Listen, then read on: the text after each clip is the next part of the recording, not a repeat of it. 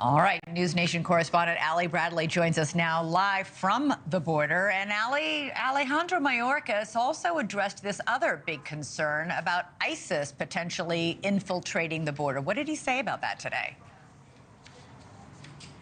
Yeah, Elizabeth, and that's reporting that even GOP lawmakers are fuming about right now that DHS identified 400 individuals who actually came to the United States illegally with the help of an ISIS-affiliated human smuggling network. Secretary Mayorkas shooting down that reporting today. Take a listen.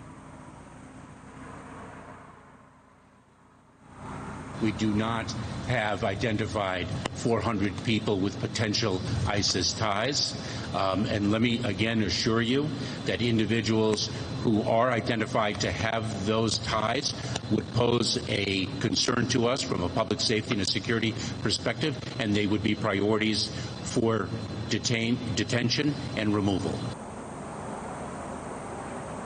Secretary Mayorkas is following up saying precision in reporting is very important. Now, I did press the secretary on how he would reassure the American people that they are, in fact, safe right now as we're seeing an increase in brutal crimes committed by illegal immigrants. The secretary stood behind the agency's vetting process, despite the acting ICE director telling us here at NewsNation and FBI Director Christopher Wray both saying that there are shortfalls, there are issues with our vetting systems. For example, if a migrant has not committed a crime in the United States, nothing is likely going to flag unless they are on the FBI terror watch list or there is an Interpol flag on their file.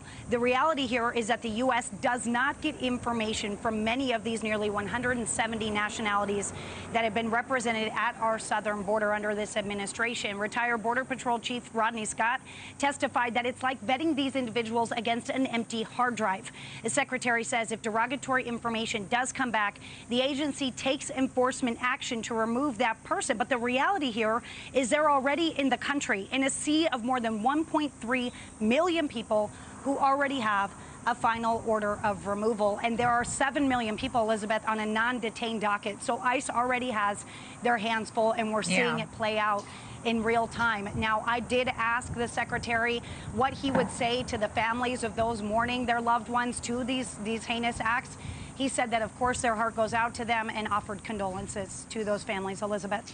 But, Ali, just to be clear, he says these reports that 400 ISIS members infiltrated the United States are wrong, correct? You're correct, and he was pressed on that, and the other news network that was asking him about that said, well, DHS confirmed it to us, so what part of this report is inaccurate?